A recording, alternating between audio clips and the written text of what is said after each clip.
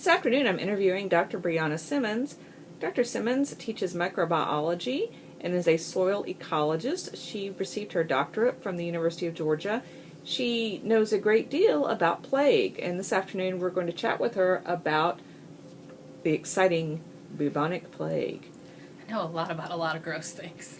I'm sure you do, but let's focus on plague this afternoon, Dr. Simmons. If I were living in the Middle Ages, what might be some of my first symptoms of bubonic plague?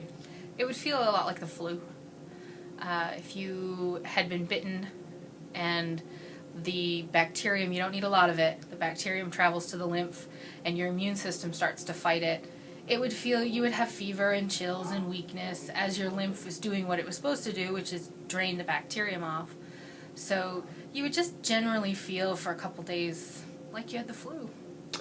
What roughly is the incubation period from time of exposure to when you first start seeing or feeling symptoms? Just an estimate. 2 to 4 days, I think. So it moves really fast. I can check, but yeah, it does. Okay. And the infectious dose is really small. You don't need very much of the bacterium to cause infection. The bacterium itself causes an issue in the fleas where they can't get, they actually have constriction or almost like clotting in the esophagus, and so they don't really have an esophagus, but what would be their equivalent esophagus. And so they jump from host to host to host to host trying to get a blood meal. And in that way, they transmit the bacterium by going through so many different hosts. So, hypothetically, if there was a flea on you that was infected and the flea hopped onto me and bit me, then I would be infected too? It would infect anybody that it come into contact with. Okay. So you can imagine that if you were living in squalid conditions that were louse infested, and there were tons and tons of people, that sort of thing would just thrive and move in waves. Tell us about the name Bubonic Plague. We know it comes from buboes, which are those swellings that appear around your lymph nodes. And lymph nodes, you tell us, for those of us who don't know, those are like under your arms, in your groin. They're the glands where the lymph system has drained some sort of foreign particles. So it's what your lymph system is supposed to do. There's a lot of surveillance, a lot of draining of things that don't belong in the bloodstream or in the body. And these things will collect in the lymph glands. A lot of times they collect, because people get bitten on the feet and on the legs, so they collect in the glands near the groin, and they swell.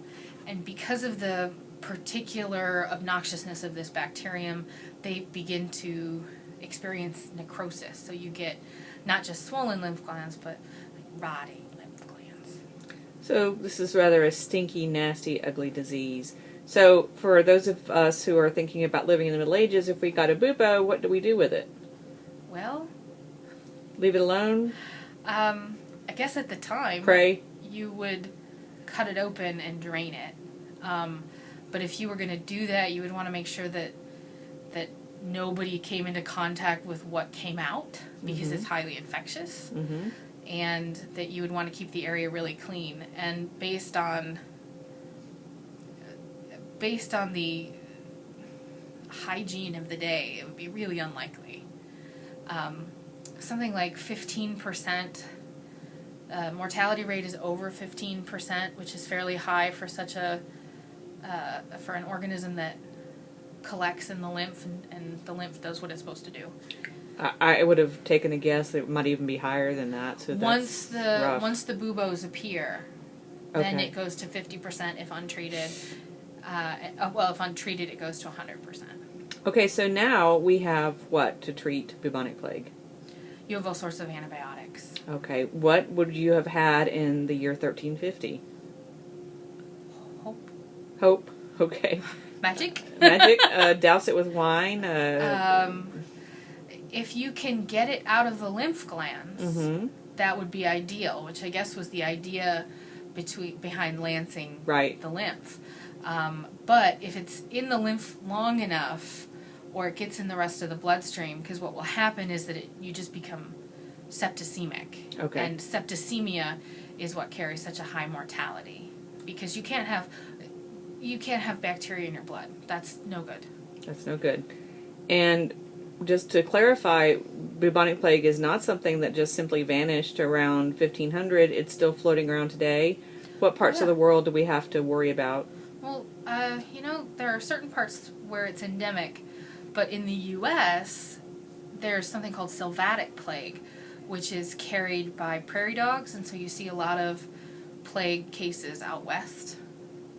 But in terms of traveling, hygiene is high enough and antibiotics are useful enough that it doesn't tend to be a problem anymore. Do you have anything else you'd like to tell our Western Civ to 1648 students about bubonic plague?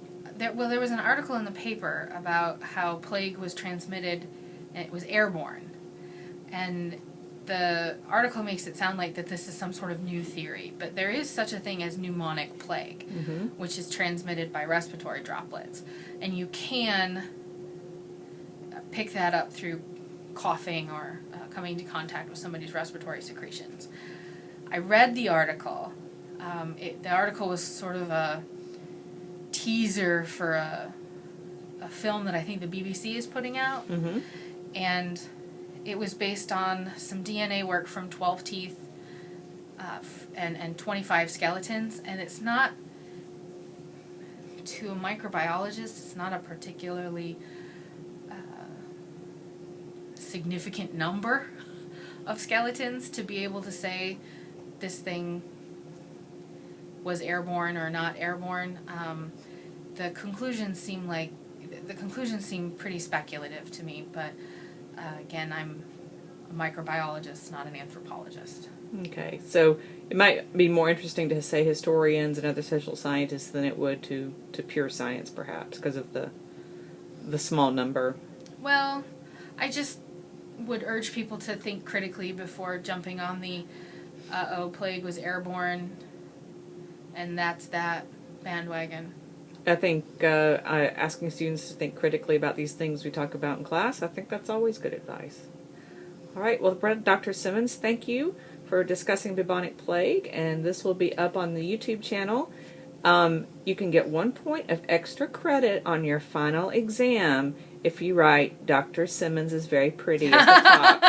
I always give them a little goodie if they watch these videos, so some of them have learned that that's a great idea. I am very pretty. She really is. Thank you so much. Thank you.